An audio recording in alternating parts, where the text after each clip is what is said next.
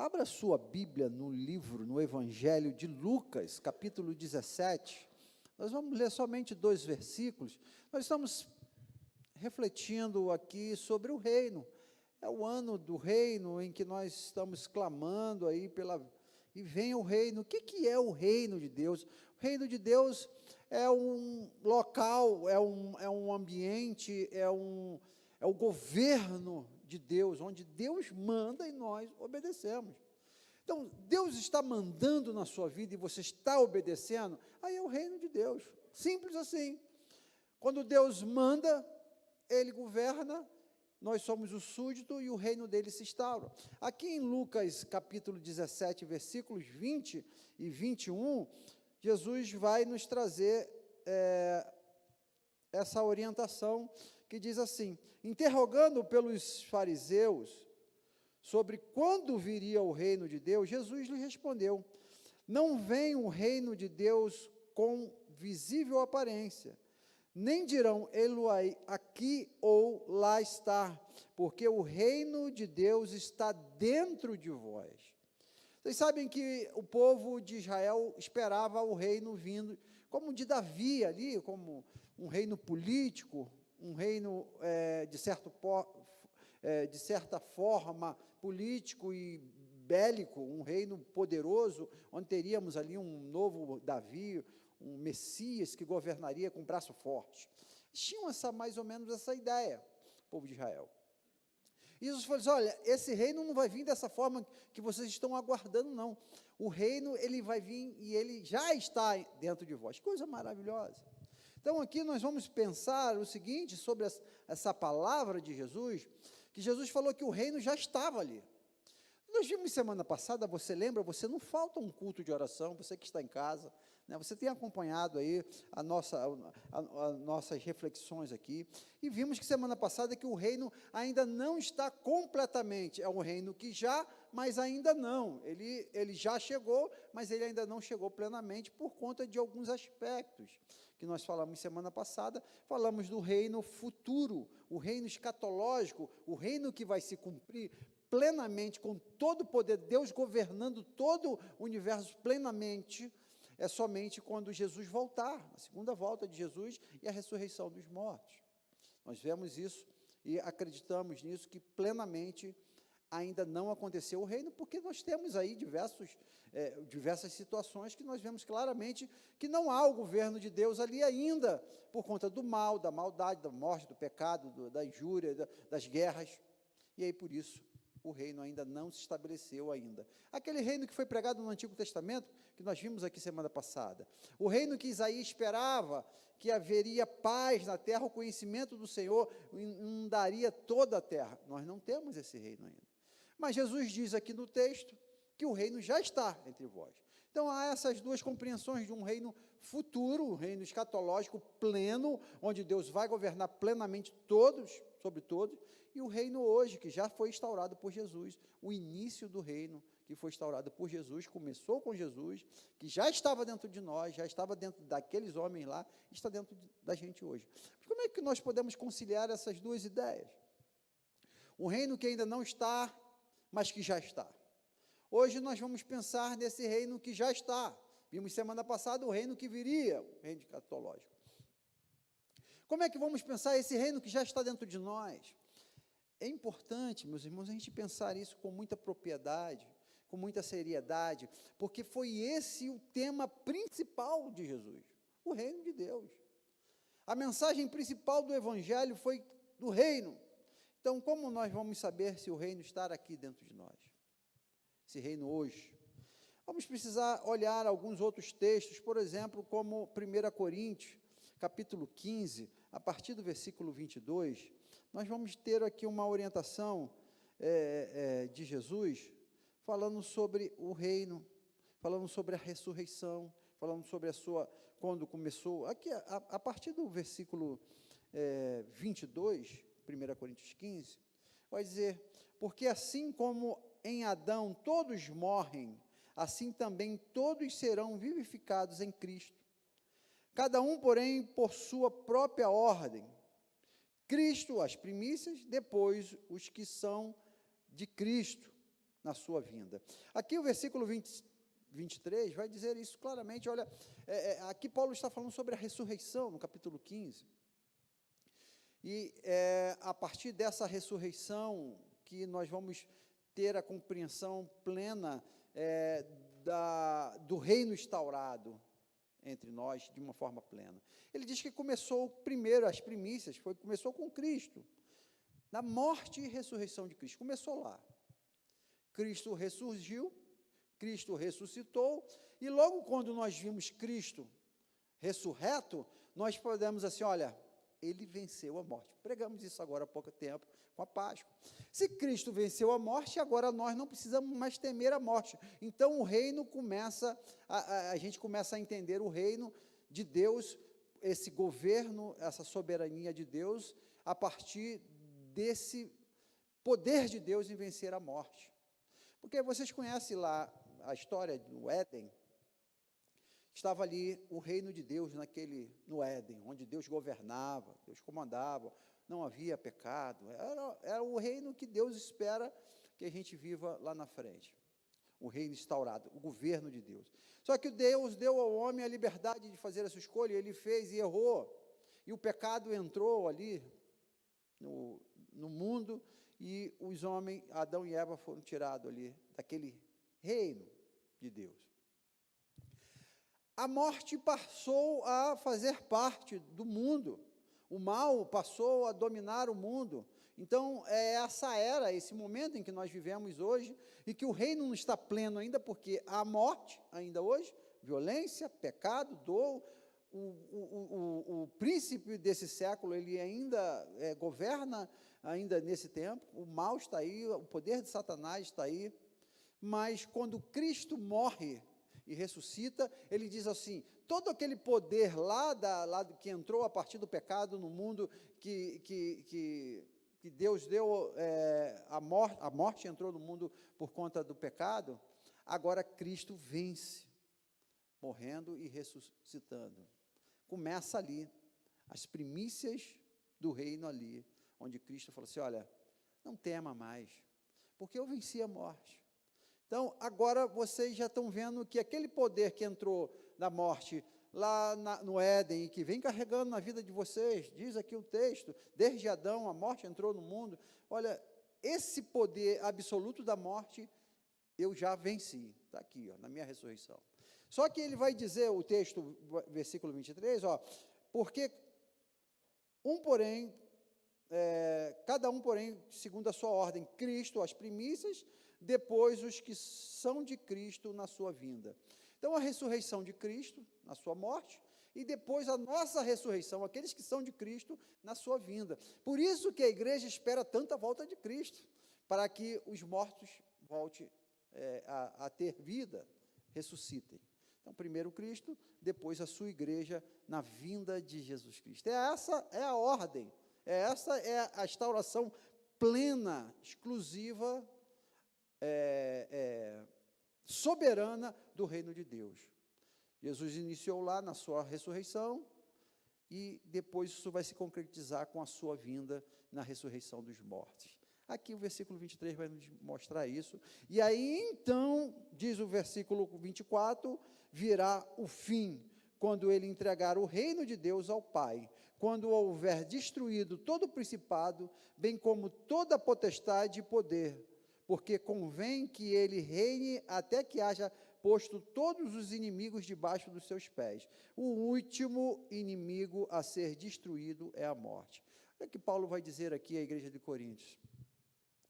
Jesus ressuscita, começa.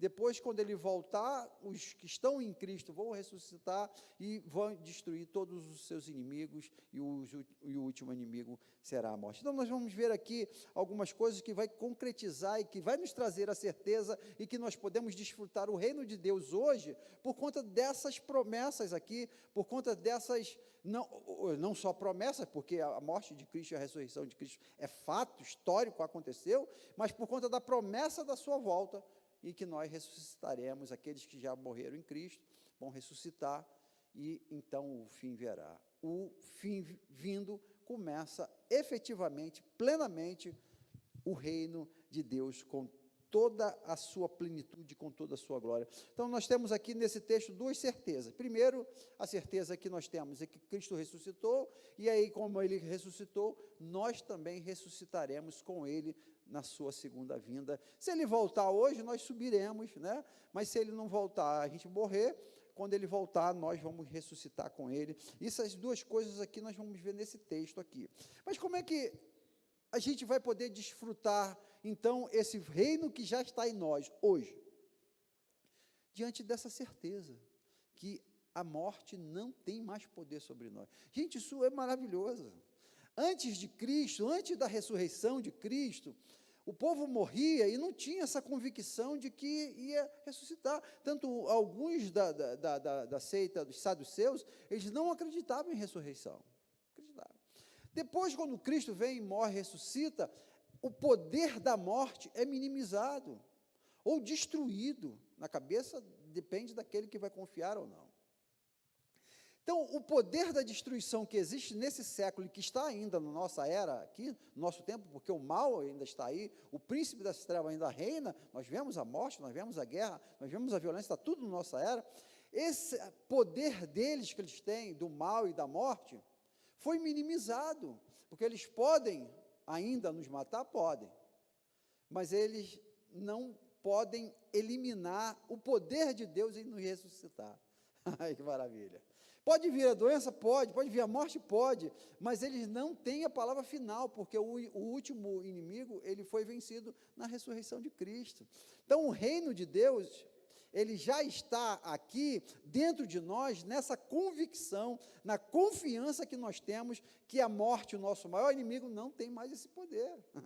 Que coisa linda! Por isso que a Páscoa é celebrada por nós, por isso que a ressurreição de Cristo é tão celebrada, porque aquilo que tinha todo o poder para nos destruir, não tem mais. E isso está dentro de nós, dentro da nossa convicção, dentro da nossa fé, dentro da nossa esperança de que a morte não é palavra final para o cristão. Aleluia, gente. Isso é o reino de Deus dentro de nós. Mas aí, como é que nós vamos ter esse reino de Deus, essa convicção, essa esperança, e viver o reino hoje, a soberania de Deus hoje, só que isso só vai acontecer plenamente na volta de Cristo? Porque algumas coisas que o texto vai nos mostrar, e alguns textos da Bíblia vão nos mostrar, que além da gente não temer a morte mais, nós podemos ter algumas outras atribuições que vão nos fazer com que o reino, a convicção de que o reino de Deus está dentro de nós. Olha, eu queria que você pensasse aqui, por exemplo, no texto de Hebreus, capítulo 2, versículo 14 e 15, que diz assim: visto, pois, que os filhos têm participação comum de carne e de sangue, destes também ele igualmente participou, para que, por sua morte, destruísse aquele que tem o poder da morte, a saber, o diabo, e nos livrasse que, pelo pavor da morte, estávamos sujeitos à escravidão por toda a vida. A gente tinha o pavor da morte. E alguns ainda hoje têm, né? O ser humano aí, alguns crentes têm medo da morte ainda hoje. Mas aí que, né? Não é você que está aqui. Mas a Bíblia nos diz em Hebreus, capítulo 2, versículo 14 e 15, que pela morte de Jesus foi destruído. Olha, foi destruído aquele que tinha o poder da morte, a saber, o diabo.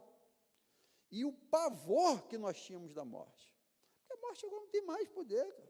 Uma hora essa era vai nos levar à morte, ainda tem a morte, ainda está na nossa era, ainda não chegou o reino na sua plenitude? Tem, mas não tem problema, porque nós temos, vamos dizer assim, uma fichinha, né?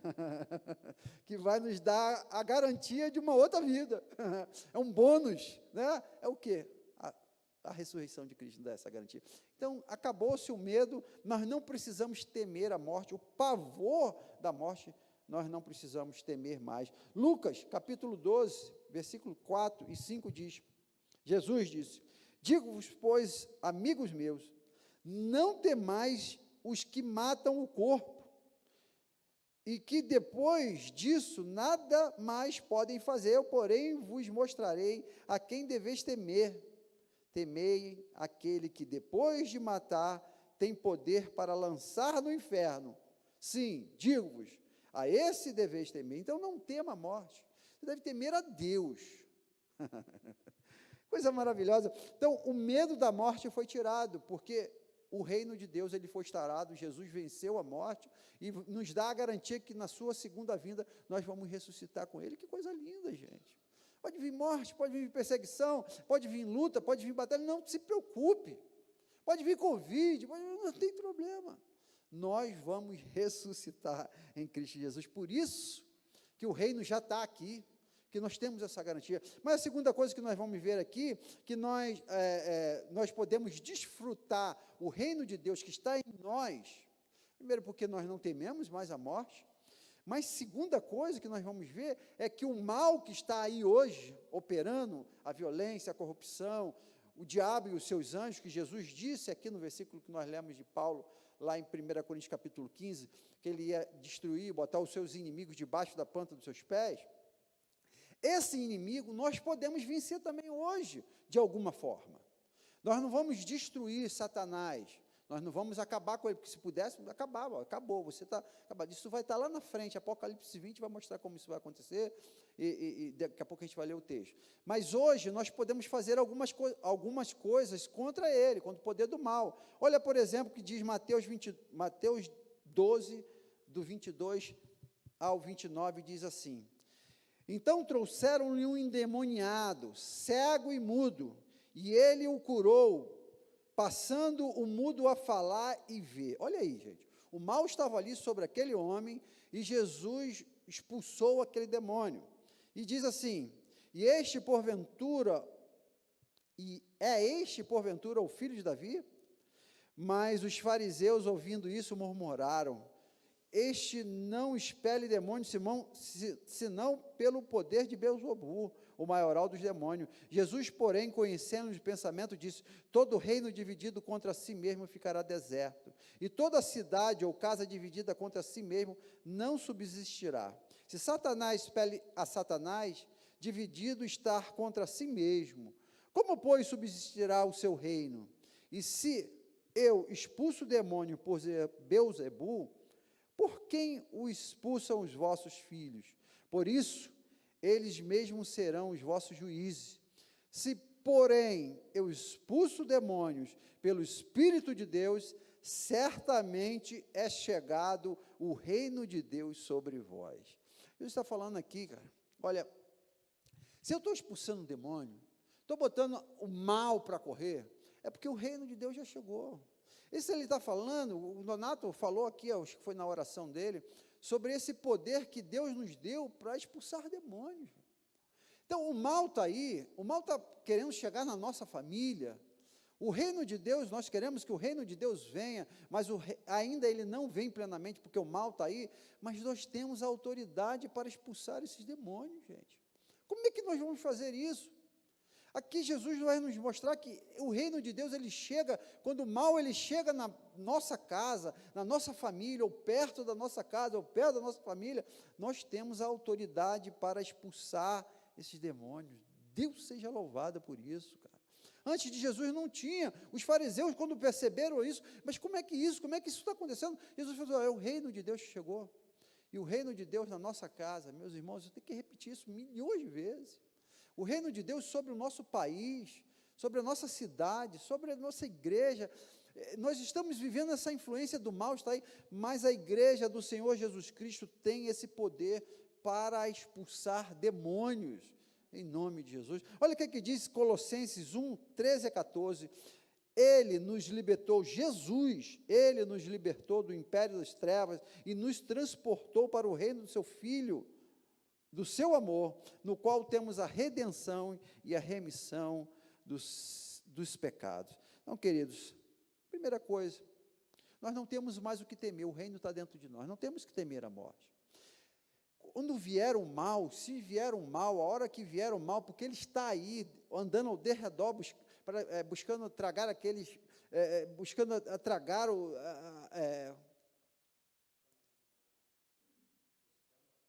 buscando a quem tragar. O versículo está me fugindo aqui, o versículo, acho que é 1 Pedro, se eu não me engano, 5, 8. Ele está aí, buscando a quem tragar. Está aí o mal. mas você tem poder e autoridade no nome de Jesus para expulsá-lo como Jesus fez e como ele deu essa autoridade. Isso parece que está lá em Marcos 16, se eu não me engano. Também nós temos como o poder de detê-lo. Olha o que diz, por exemplo, lá em Mateus 12, do 22 ao 29, lá no finalzinho que eu não li, que diz assim: como pode alguém entrar na casa do valente, roubar-lhe seus bens, sem primeiro amarrá-lo? E então lhe saquear a sua casa. A continuidade do versículo que nós acabamos de ler, Jesus expulsa o demônio, diz que, olha, o reino de Deus chegou, mas você precisa entrar lá e amarrá-lo. Tem uma denominação aqui no nosso tempo, né, que fala, muito amarrado, né? Como é que amarrar isso? É amarrar com corda?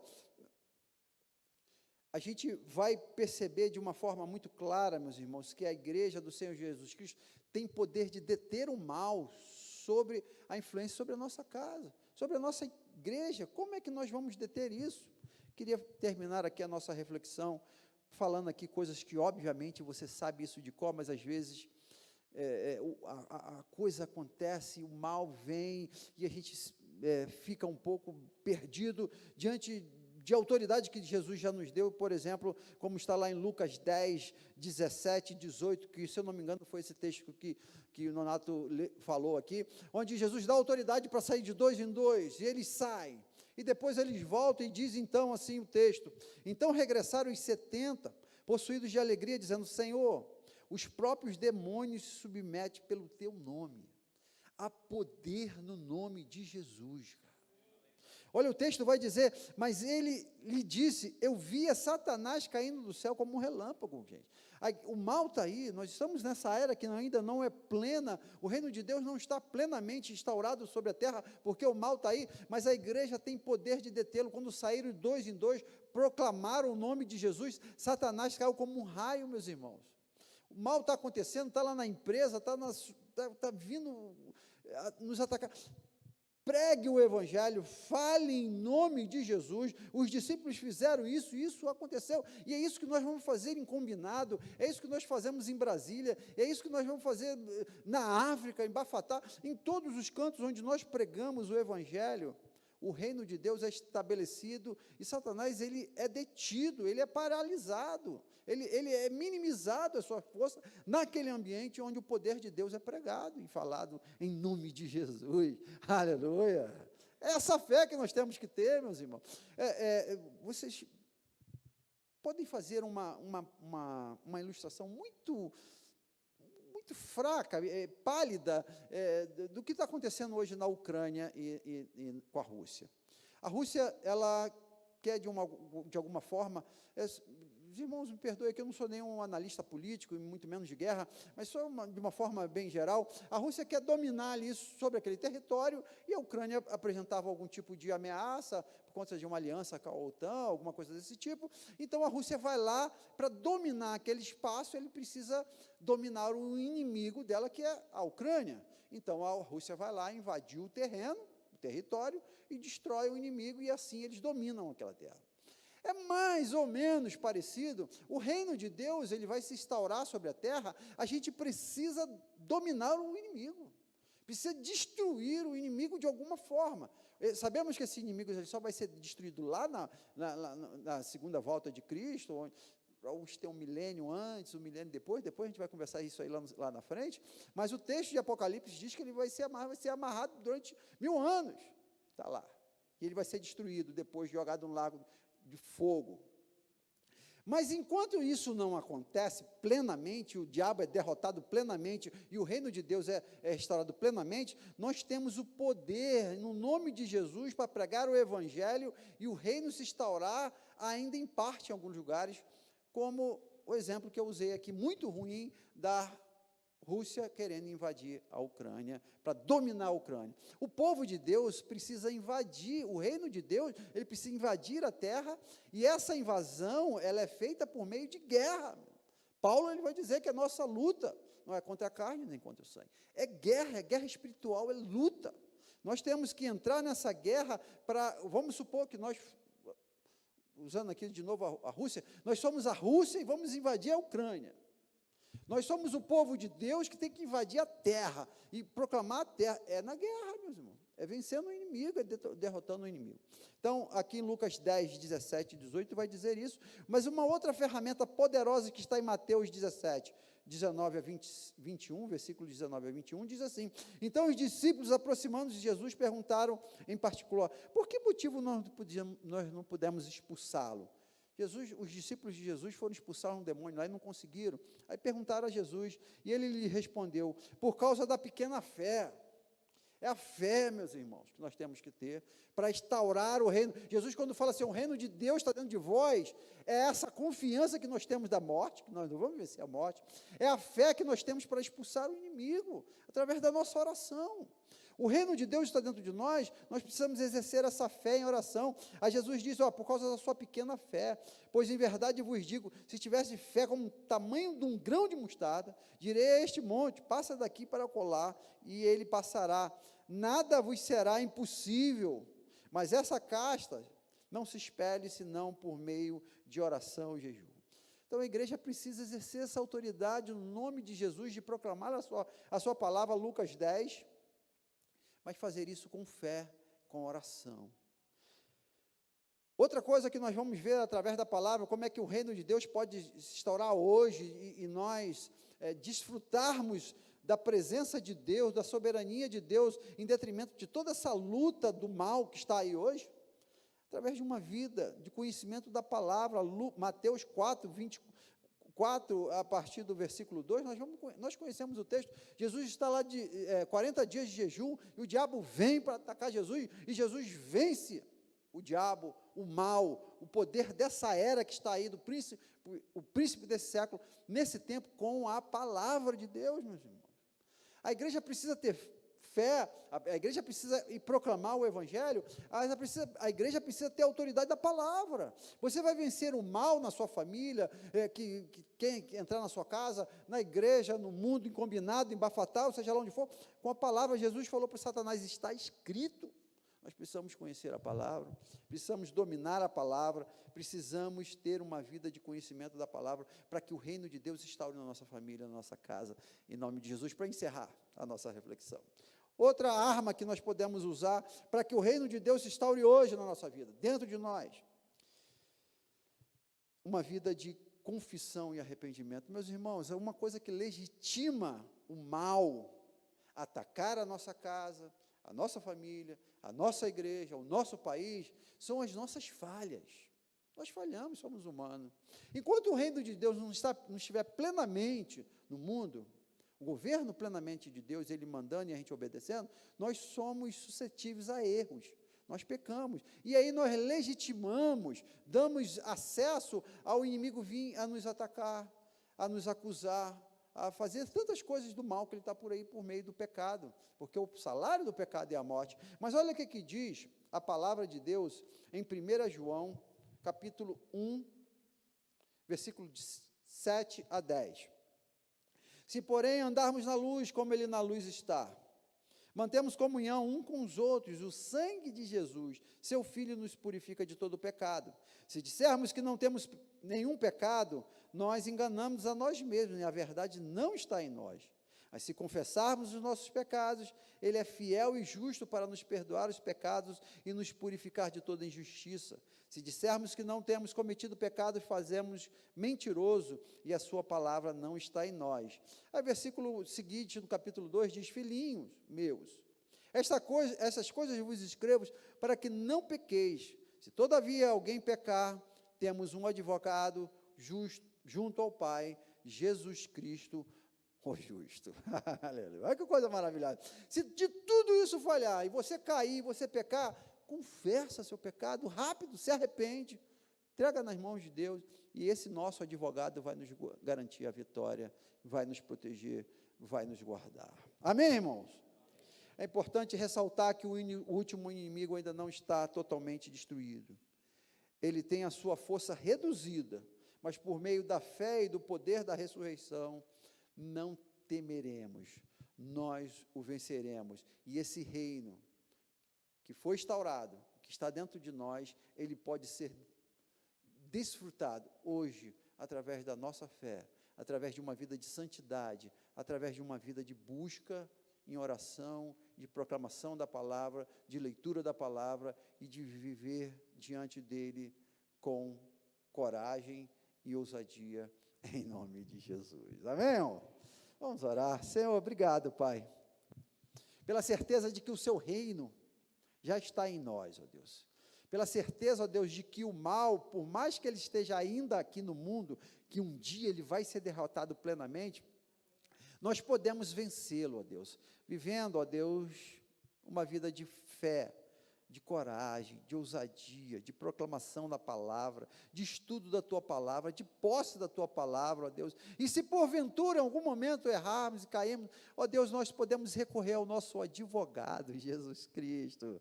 Pai, ajuda-nos, ó Deus, a viver o teu reino aqui na terra. Ajuda-nos, ó Deus, porque ele já está em nós. Nós te pedimos, ó Deus, no nome dele, no nome de Jesus. Amém e amém. Que o amor de Deus Pai, que a graça salvadora de Jesus Cristo Filho, que a comunhão e as consolações do Espírito Santo de Deus, o nosso doce e eterno Consolador, seja com esta igreja e com todo o povo de Deus espalhado em toda a face da terra, agora e pelos séculos dos séculos. Amém e amém. Tenham todos uma ótima noite, em nome de Jesus. Queridos, nós vamos fazer uma campanha do agasalho aí, viu? Já vamos iniciar, vamos trazer aí vamos deixar uma bolsa aqui, uma caixa, e você vai trazer a sua campanha, você vai trazer o seu agasalho, nós vamos sair distribuindo aí, qualquer hora dessa aí, ainda vamos definir a data aí.